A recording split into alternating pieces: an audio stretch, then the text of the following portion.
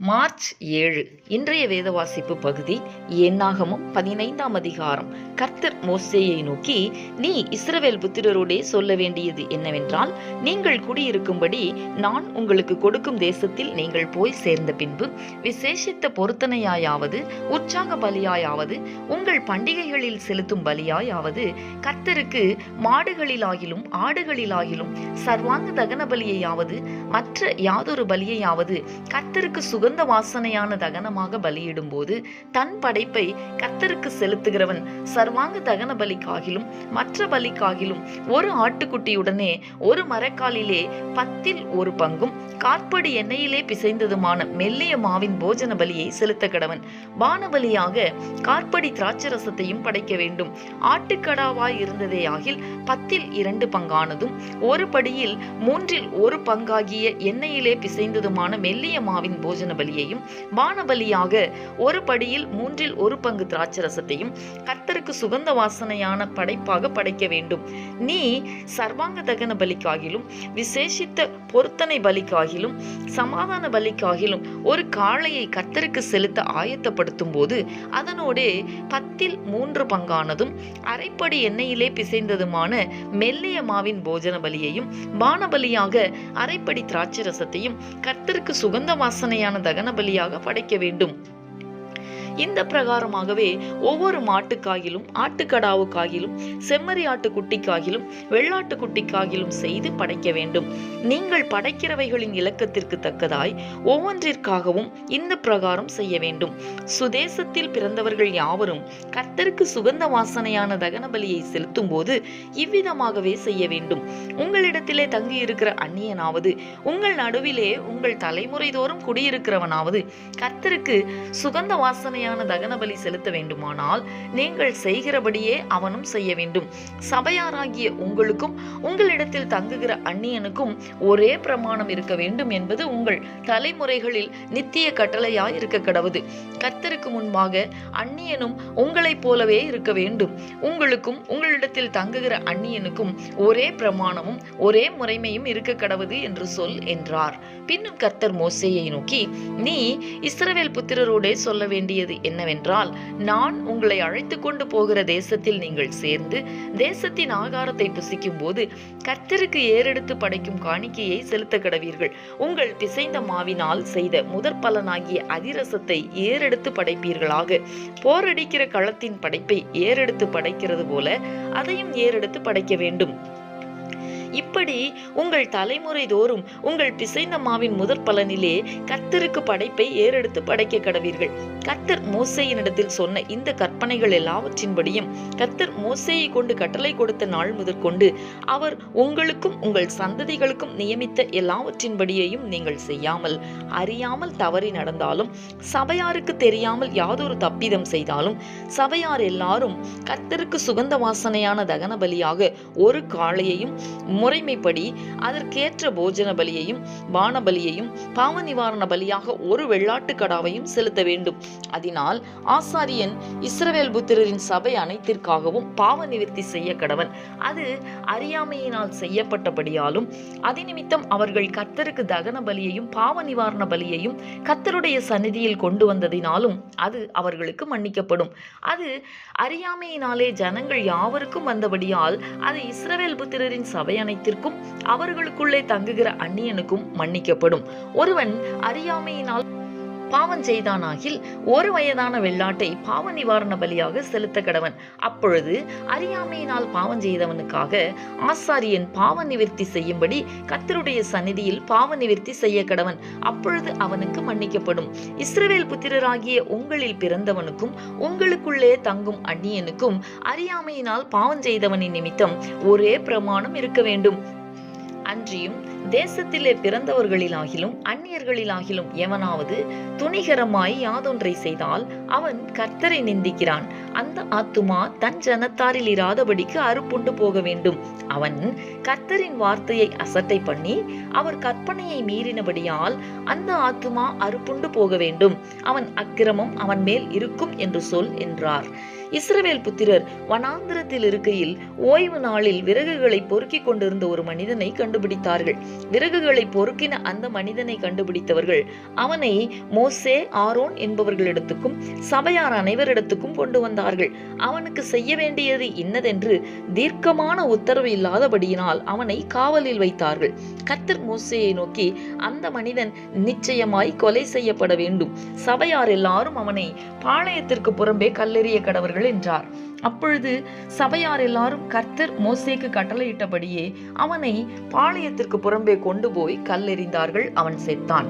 பின்னும் கர்த்தர் மோசேயை நோக்கி, நீ இஸ்ரவேல் புத்திரரிடத்தில் பேசி அவர்கள் தங்கள் தலைமுறை தோறும் தங்கள் வஸ்திரங்களின் ஓரங்களிலே தொங்கல்களை உண்டாக்கி ஓரத்தின் தொங்கலிலே இளநீல நாடாவை கட்ட வேண்டும் என்று அவர்களுக்கு சொல். நீங்கள் பின்பற்றி சோரம் போகிற உங்கள் இருதயத்துக்கும் உங்கள் கண்களுக்கும் ஏற்க நடவாமல் கர்த்தரின் கற்பனைகளை எல்லாம் நினைத்து அவைகளின்படியே செய்யும்படிக்கு அது உங்களுக்கு தொங்கலாய் இருக்க வேண்டும். நீங்கள் என் கற்பனைகளை எல்லாம் நினைத்து அவைகளின்படி செய்து உங்கள் தேவனுக்கு பரிசுத்தராயிருக்கும்படி அதை பார்ப்பீர்களாக. நான் உங்களுக்கு தேவனாயிருக்கும்படி உங்களை எகிப்து தேசத்திலிருந்து புறப்பட பண்ணின உங்கள் தேவனாகிய கர்த்தர் நானே உங்கள் தேவனாகிய கர்த்தர் என்று சொல் என்றார். என்னாகமம் 16ஆம் அதிகாரம். லேவிக்கு பிறந்த கோகாத்தின் குமாரனாகிய இத்சேயாரின் மகன் கோராகு என்பவன் ரூபன் வம்சத்தில் உள்ள எலியாபின் குமாரராகிய தாத்தானையும் அபிராமையும் பேலேத்தின் குமாரனாகிய ஓனையும் கூட்டிக் கொண்டு இஸ்ரவேல் புத்திரரில் சபைக்கு தலைவர்களும் சங்கத்துக்கு அழைக்கப்பட்டவர்களும் பிரபலமானவர்களுமாகிய 250 பேர்களோடும் கூட மோசேக்கு முன்பாக எழும்பி மோசேக்கும் ஆரோனுக்கும் விரோதமாக கூட்டங்கூடி அவர்களை நோக்கி, நீங்கள் மிஞ்சி போகிறீர்கள். சபையார் எல்லாரும் பரிசுத்தமானவர்கள். கர்த்தர் அவர்கள் நடுவில் இருக்கிறாரே. இப்படி இருக்க கர்த்தருடைய சபைக்கு மேலாக உங்களை ஏன் உயர்த்துகிறீர்கள் என்றார்கள். மோசே அதை கேட்டபோது முகங்குப்புற விழுந்தான். பின்பு அவன் கோராகையும் அவனுடைய எல்லா கூட்டத்தையும் நோக்கி, நாளைக்கு கர்த்தர் தம்முடையவன் இன்னான் என்றும் தம்மண்டையிலே சேர தாம் கட்டளையிட்ட பரிசுத்தவான் இன்னான் என்றும் காண்பிப்பார். அப்பொழுது எவனை தெரிந்து கொள்வாரோ அவனை தம்மிடத்தில் சேர கட்டளையிடுவார்.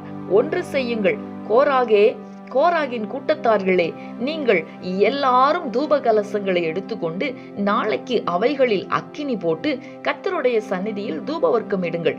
அப்பொழுது கர்த்தர் எவனை தெரிந்து கொள்வாரோ அவன் பரிசுத்தவானாயிருப்பான். லேவியின் புத்திரராகிய நீங்களே மிஞ்சி போகிறீர்கள் என்றான். பின்னும் மோசே கோராகை நோக்கி, லேவியின் புத்திரரே கேளுங்கள். கர்த்தருடைய வாசஸ்தலத்தின் பணிவிடைகளை செய்யவும் சபையாரின் முன்னின்று அவர்கள் செய்ய வேண்டிய வேலைகளை செய்யவும் உங்களை தம்மண்டையிலே சேர பண்ணும்படி இஸ்ரவேலின் தேவன் இஸ்ரவேல் சபையாரிலிருந்து உங்களை பிரித்தெடுத்ததும் அவர் உன்னையும் உன்னோடே கூட லேவியின் புத்திரராகிய உன்னுடைய எல்லா சகோதரரையும் சேர பண்ணினதும் உங்களுக்கு அற்ப காரியமோ? இப்பொழுது ஆசாரிய பட்டத்தையும் தேடுகிறீர்களோ? இதற்காக நீயும் உன் கூட்டத்தார் அனைவரும் கர்த்தருக்கு விரோதமாகவே கூட்டம் கூடினீர்கள். ஆரோனுக்கு விரோதமாக நீங்கள் முறுமுறுக்கிறதற்கு அவன் எம்மாத்திரம் என்றான். பின்பு மோசே எலியாபின் குமாரனாகிய தாத்தானையும் அபிராமையும் அழைத்து அனுப்பினான். அவர்கள், நாங்கள் வருகிறதில்லை. இந்த வனாந்தரத்திலே எங்களை கொன்று போடும்படி பாலும் தேனும் ஓடுகிற தேசத்திலிருந்து எங்களை கொண்டு வந்தது அற்ப காரியமோ? எங்கள் மேல் துரைத்தனமும் பண்ண பார்க்கிறாயோ? மேலும் நீ எங்களை பாலும் தேனும் ஓடுகிற தேசத்துக்கு கொண்டு வந்ததும் இல்லை, எங்களுக்கு வயல்களையும் திராட்சை தோட்டங்களையும் சுதந்திரமாக கொடுத்ததும் இல்லை. இந்த மனிதருடைய கண்களை பிடுங்க பார்க்கிறாயோ? நாங்கள் வருகிறதில்லை என்றார்கள். அப்பொழுது மோசேக்கு கடுங்கோபம் உண்டது. அவன் கர்த்தரை நோக்கி, அவர்கள் செலுத்தும் காணிக்கையை அங்கீகரியாதிருப்பீராக. நான் அவர்களிடத்தில் ஒரு கழுதையை முதலாய் எடுத்துக்கொள்ளவில்லை, அவர்களில் ஒருவனுக்கும் யாதொரு பொல்லாப்பு செய்யவும் இல்லை என்றான். பின்பு மோசே கோராகை நோக்கி, நீயும் உன் கூட்டத்தார் யாவரும் நாளைக்கு கர்த்தருடைய சந்நிதியில் வாருங்கள், நீயும் அவர்களும் ஆரோனும் வந்திருங்கள். உங்களில் ஒவ்வொருவரும் தங்கள் தங்கள் தூப கலசங்களை எடுத்து அவைகளில் தூப வர்க்கத்தை போட்டு தங்கள் தங்கள் தூப கலசங்களாகிய 250 தூப கலசங்களையும் கர்த்தருடைய சந்நிதியில் கொண்டு வர வேண்டும். நீயும் ஆரோனும் தன் தன் தூப கலசத்தை கொண்டு வாருங்கள் என்றான். அப்படியே அவரவர் தங்கள் தங்கள் தூப கலசங்களை எடுத்து அவைகளில் அக்கினியையும் தூப வர்க்கத்தையும் போட்டு ஆசரிப்பு கூடார வாசலுக்கு முன்பாக வந்து நின்றார்கள். மோசேயும் ஆரோனும் அங்கே நின்றார்கள். அவர்களுக்கு விரோதமாக கோராகு சபையை எல்லாம் ஆசரிப்பு கூடார வாசலுக்கு முன்பாக கூடி வரும்படி செய்தான். அப்பொழுது கர்த்தருடைய மகிமை சபைக்கெல்லாம் காணப்பட்டது. கர்த்தர் மோசேயோடும் ஆரோனோடும் பேசி, இந்த சபையை விட்டு பிரிந்து போங்கள், ஒரு நிமிஷத்திலே அவர்களை அதமாக்குவேன் என்றார். அப்பொழுது அவர்கள் முகங்குப்புற விழுந்து, தேவனே, மாம்சமான யாவருடைய ஆவிகளுக்கும் தேவனே, ஒரு மனிதன் பாவம் செய்திருக்க சபையார் எல்லார் மேலும் கடுங்கோபம் கொள்வீரோ என்றார்கள். அப்பொழுது கர்த்தர் மோசேயை நோக்கி, கோராகு, தாத்தான், அபிராம் என்பவர்களுடைய வாசஸ்தலத்தை விட்டு விலகி போங்கள் என்று சபையாருக்கு சொல்லுங்கள் என்றார். உடனே மோசே எழுந்திருந்து தாத்தான், அபிராம் என்பவர்களிடத்தில் போனான். இஸ்ரவேலின் மூப்பரும் அவனை பின் சென்று போனார்கள். அவன் சபையாரை நோக்கி, இந்த துஷ்ட மனிதரில் சகல பாவங்களிலும் நீங்கள் வாரிக்கொள்ளப்படாதபடிக்கு அவர்கள் கூடாரங்களை விட்டு விலகி அவர்களுக்கு உண்டானவைகளில் ஒன்றையும் தொடாதிருங்கள் என்றான். அப்படியே அவர்கள் கோராகு, தாத்தான், அபிராம் என்பவர்களுடைய வாசஸ்தலத்தை விட்டு விலகி போனார்கள். தாத்தானும் அபிராமும் வெளியே வந்து தங்கள் பெண் ஜாதிகள், பிள்ளைகள், குழந்தைகளோடும் தங்கள் கூடார வாசலிலே நின்றார்கள். அப்பொழுது மோசே, இந்த கிரியைகளை எல்லாம் செய்கிறதற்கு கர்த்தர் என்னை அனுப்பினார் என்றும் அவைகளை நான் என் மனதின்படியே செய்யவில்லை என்றும் நீங்கள் எதினாலே அறிவீர்கள் என்றால், சகல மனிதரும் சாகிறபடி இவர்கள் செத்து சகல மனிதருக்கும் நேரிடுகிறது போல இவர்களுக்கும் நேரிட்டால் கர்த்தர் என்னை அனுப்பவில்லை என்று அறிவீர்கள். கர்த்தர் ஒரு புதிய காரியத்தை நேரிடச் செய்வதால் பூமி தன் வாயை திறந்து இவர்கள் உயிரோட பாதாளத்தில் இறங்கத்தக்கதாக இவர்களையும் இவர்களுக்கு உண்டான யாவையும் விழுங்கி போட்டதேயானால் இந்த மனிதர் கர்த்தரை அவமதித்தார்கள் என்பதை அறிந்து கொள்வீர்கள் என்றான். அவன் இந்த வார்த்தைகளை எல்லாம் சொல்லி முடிந்தவுடனே அவர்கள் நின்றிருந்த நிலம் பிளந்தது. பூமி தன் வாயை திறந்து அவர்களையும் அவர்கள் வீடுகளையும் கோராகுக்குரிய எல்லா மனிதரையும் அவர்களுக்கு உண்டான சகல பொருள்களையும் விழுங்கி போட்டது. அவர்கள் தங்களுக்கு உண்டானவை எல்லாவற்றோடும் உயிரோடே பாதாளத்தில் இறங்கினார்கள். பூமி அவர்களை மூடிக்கொண்டது. இப்படி சபையின் நடுவில் இருந்து அழிந்து போனார்கள். அவர்களை சுற்றிலும் இருந்த இஸ்ரவேலர் யாவரும் அவர்கள் கூக்குரலை கேட்டு பூமி நம்மையும் விழுங்கி போடும் என்று சொல்லி ஓடினார்கள். அக்கினி கர்த்தருடைய சந்நிதியிலிருந்து புறப்பட்டு தூபம் காட்டின 250 பேரையும் பட்சித்து போட்டது. பின்பு கர்த்தர் மோசேயை நோக்கி, அக்கினிக்குள் அகப்பட்ட தூப கலசங்களை எடுத்து அவைகளில் இருக்கிற அக்கினியை அப்பாலே கொட்டி போடும்படி ஆசாரியனாகிய ஆரோனின் குமாரன் எலெயாசாருக்கு சொல். அந்த தூப கலசங்கள் பரிசுத்தமாயின. தங்கள் ஆத்துமாக்களுக்கே கேடுண்டாக்கின அந்த பாவிகளின் தூப கலசங்களை பலிபீடத்தை மூடத்தக்க தட்டையான தகடுகளாய் அடிக்க கடவர்கள். அவர்கள் கர்த்தருடைய சந்நிதியில் அவைகளை கொண்டு வந்ததினால் அவைகள் பரிசுத்தமாயின. அவைகள் இஸ்ரவேல் புத்திரருக்கு ஒரு அடையாளமாயிருக்கும் என்றார். அப்படியே ஆசாரியனாகிய எலெயாசார் சுட்டெரிக்கப்பட்டவர்கள் கொண்டு வந்திருந்த வெண்கல தூப கலசங்களை எடுத்து ஆரோனின் புத்திரராயிராத அந்நியன் ஒருவனும் கர்த்தருடைய சந்நிதியில் தூபங்காட்ட வராதபடிக்கும் கோராகை போலும் அவன் கூட்டத்தாரை போலும் இராதபடிக்கும் இஸ்ரவேல் புத்திரருக்கு ஞாபகக்குறியாயிருக்கும் பொருட்டு கர்த்தர் மோசேயை கொண்டு தனக்கு சொன்னபடியே அவைகளை பலிபீடத்தை மூடும் தகடுகளாக அடிப்பித்தான். மறுநாளில் இஸ்ரவேல் புத்திரரின் சபையார் எல்லாரும் மோசேக்கும் ஆரோனுக்கும் விரோதமாக முறுமுறுத்து, நீங்கள் கர்த்தரின் ஜனங்களை கொன்று போட்டீர்கள் என்றார்கள். சபையார் மோசேக்கும் ஆரோனுக்கும் விரோதமாக கூடி ஆசரிப்பு கூடாரத்துக்கு நேரே பார்க்கிற போது மேகம் அதை மூடினது. கர்த்தரின் மகிமை காணப்பட்டது. மோசேயும் ஆரோனும் ஆசரிப்பு கூடாரத்துக்கு முன்பாக வந்தார்கள். அப்பொழுது கர்த்தர் மோசேயை நோக்கி, இந்த சபையாரை விட்டு விலகி போங்கள், ஒரு நிமிஷத்தில் அவர்களை அதமாக்குவேன் என்றார். அவர்கள் முகங்குப்புற விழுந்தார்கள். மோசே ஆரோனை நோக்கி, நீ தூப கலசத்தை எடுத்து பலிபீடத்தில் இருக்கிற அக்கினியை அதில் போட்டு அதன் மேல் தூபவர்க்கம் இட்டு சீக்கிரமாய் சபையினிடத்தில் போய் அவர்களுக்காக பாவ நிவர்த்தி செய். கர்த்தருடைய சந்நிதியிலிருந்து கடும் கோபம் புறப்பட்டது, வாதை தொடங்கிற்று என்றான். மோசே சொன்னபடி ஆரோன் அதை எடுத்துக்கொண்டு சபையின் நடுவில் ஓடினான். ஜனங்களுக்குள்ளே வாதை தொடங்கி இருந்தது. அவன் தூபவர்க்கம் போட்டு ஜனங்களுக்காக பாவ நிவிர்த்தி செய்து செத்தவர்களுக்கும் உயிரோடு இருக்கிறவர்களுக்கும் நடுவே நின்றான். அப்பொழுது வாதை நிறுத்தப்பட்டது. கோராகின் காரியத்தை நிமித்தம் செத்தவர்கள் தவிர அந்த வாதையினால் செத்து போனவர்கள் 14,700 பேர். வாதை நிறுத்தப்பட்டது. அப்பொழுது ஆரோன் ஆசரிப்பு கூடார வாசலுக்கு மோசேயின் இடத்தில் திரும்பி வந்தான். சங்கீதம் 66. பூமியின் குடிகளே, நீங்கள் எல்லாரும் தேவனுக்கு முன்பாக கம்பீரமாய் பாடுங்கள். அவர் நாமத்தின் மகத்துவத்தை கீர்த்தனம் பண்ணி அவருடைய துதியின் மகிமையை கொண்டாடுங்கள். தேவனை நோக்கி, உமது கிரியைகளில் எவ்வளவு பயங்கரமாயிருக்கிறீர். உமது மகத்துவமான வல்லமை நிமித்தம் உம்முடைய சத்துருக்கள் உமக்கு இச்சகம் பேசி அடங்குவார்கள். பூமியின் மீதெங்கும் உம்மை பணிந்து கொண்டு உம்மை துதித்து பாடுவார்கள். அவர்கள் உம்முடைய நாமத்தை துதித்து பாடுவார்கள் என்று சொல்லுங்கள். தேவனுடைய செய்கைகளை வந்து பாருங்கள். அவர் மனுபுத்திரரிடத்தில் நடப்பிக்கும் கிரியையில் பயங்கரமானவர். கடலை உலர்ந்த தரையாக மாற்றினார். ஆற்றை கால்நடையாய் கடந்தார்கள். அங்கே அவரில் களி கூர்ந்தோம். அவர் தம்முடைய வல்லமையினால் என்றென்றைக்கும் அரசாளுகிறார். அவருடைய கண்கள் ஜாதிகள் மேல் நோக்கமாய் இருக்கிறது. துரோகிகள் தங்களை உயர்த்தாதிருப்பார்களாக. ஜனங்களே, நம்முடைய தேவனை ஸ்தோத்தரித்து அவரை துதிக்கும் சத்தத்தை கேட்க பண்ணுங்கள். அவர் நம்முடைய கால்களை தள்ளாட ஒட்டாமல் நம்முடைய ஆத்துமாவை உயிரோடே வைக்கிறார். தேவனே, எங்களை சோதித்தீர். வெள்ளியை புடமிடுகிறது போல எங்களை புடமிட்டீர். எங்களை வலையில் அகப்படுத்தி எங்கள் இடுப்புகளின் மேல் வருத்தமான பாரத்தை ஏற்றினீர். மனுஷரை எங்கள் தலையின் மேல் ஏறி போக பண்ணினீர். தீயையும் தண்ணீரையும் கடந்து வந்தோம். செழிப்பான இடத்தில் எங்களை கொண்டு வந்து விட்டீர். சர்வாங்க தகன பலிகளோடே உமது ஆலயத்திற்குள் பிரவேசிப்பேன். என் இக்கட்டில் நான் என் உதடுகளை திறந்து என் வாயினால் சொல்லிய என் பொருத்தனைகளை உமக்கு செலுத்துவேன்.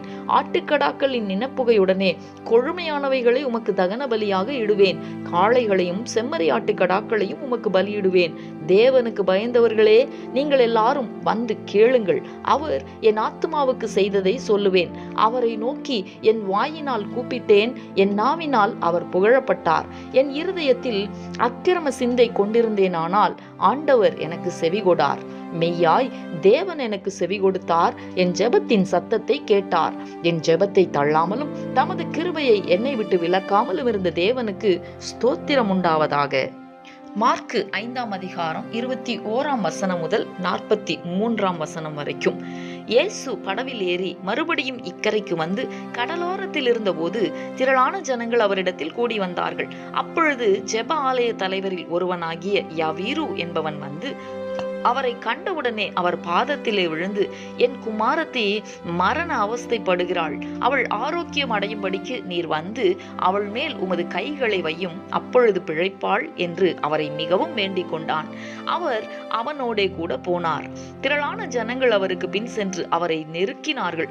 அப்பொழுது 12 வருஷமாய் பெரும்பாடுள்ள ஒரு ஸ்திரீ அநேக வைத்தியர்களால் மிகவும் வருத்தப்பட்டு தனக்கு உண்டானவைகளையெல்லாம் செலவழித்தும் சற்றாகிலும் குணமடையாமல் அதிக வருத்தப்படுகிற பொழுது இயேசுவை குறித்து கேள்விப்பட்டு, நான் அவருடைய வஸ்திரங்களை ஆகிலும் தொட்டால் சொஸ்தமாவேன் என்று சொல்லி ஜனக்கூட்டத்துக்குள்ளே அவருக்கு பின்னாக வந்து அவருடைய வஸ்திரத்தை தொட்டாள். உடனே அவளுடைய உதிரத்தின் ஊறல் நின்று போயிற்று. அந்த வேதனை நீங்கி ஆரோக்கியமடைந்ததை அவள் தன் சரீரத்தில் உணர்ந்தாள். உடனே இயேசு தம்மிலிருந்து வல்லமை புறப்பட்டதை தமக்குள் அறிந்து ஜனக்கூட்டத்துக்குள்ளே திரும்பி, என் வஸ்திரங்களை தொட்டது யார் என்று கேட்டார். அவருடைய சீஷர்கள் அவரை நோக்கி, திரளான ஜனங்கள் உம்மை நெருக்கி கொண்டிருக்கிறதை நீர் கண்டும் என்னை தொட்டது யார் என்று கேட்கிறீரே என்றார்கள். இதை செய்தவளை காணும்படிக்கு அவர் சுற்றிலும் பார்த்தார். தன்னிடத்திலே சம்பவித்ததை அறிந்த அந்த ஸ்திரீயானவள் பயந்து நடுங்கி அவர் முன்பாக வந்து விழுந்து உண்மையை எல்லாம் அவருக்கு சொன்னாள். அவர் அவளை பார்த்து, மகளே, உன் விசுவாசம் உன்னை ரட்சித்தது. நீ சமாதானத்தோடே போய் உன் வேதனை நீங்கி சுகமாயிரு என்றார். அவர் இப்படி பேசிக் கொண்டிருக்கையில் ஜெப ஆலய தலைவனுடைய வீட்டிலிருந்து சிலர் வந்து, உம்முடைய குமாரத்தி மரித்து போனாள், இனி ஏன் போதகரை வருத்தப்படுத்துகிறீர் என்றார்கள். அவர்கள் சொன்ன வார்த்தையை இயேசு கேட்டவுடனே ஜெப ஆலய தலைவனை நோக்கி, பயப்படாதே, விசுவாசமுள்ளவனாயிரு என்று சொல்லி பேதுருவையும் யாக்கோபையும் யாக்கோபின் சகோதரன் யோவானையும் தவிர வேறொருவரும் தம்மோடே வருகிறதற்கு இடங்கொடாமல் ஜெப ஆலய தலைவனுடைய வீட்டிலே வந்து சந்தடியையும் மிகவும் அழுது புலம்புகிறவர்களையும் கண்டு உள்ளே பிரவேசித்து, நீங்கள் சந்தடி பண்ணி அழுகிறது என்ன? பிள்ளை மரிக்கவில்லை, நித்திரையாயிருக்கிறாள் என்றார். அதற்காக அவரை பார்த்து நகைத்தார்கள். எல்லாரையும் அவர் வெளியே போக பண்ணி பிள்ளையின் தகப்பனையும் தாயையும் தம்மோடே வந்தவர்களையும் அழைத்து கொண்டு பிள்ளை இருந்த இடத்தில் பிரவேசித்து பிள்ளையின் கையை பிடித்து தலித்தாகுமி என்றார். அதற்கு, சிறு பெண்ணே எழுந்திரு என்று உனக்கு சொல்லுகிறேன் என்று அர்த்தமாம். உடனே சிறு பெண் எழுந்து நடந்தாள். அவள் 12 வயதுள்ளவளாய் இருந்தாள். அவர்கள் மிகுந்த ஆச்சரியப்பட்டு பிரமித்தார்கள். அதை ஒருவருக்கும் அறிவியாதபடி அவர்களுக்கு உறுதியாக கட்டளையிட்டு அவளுக்கு ஆகாரம் கொடுக்கும்படி சொன்னார்.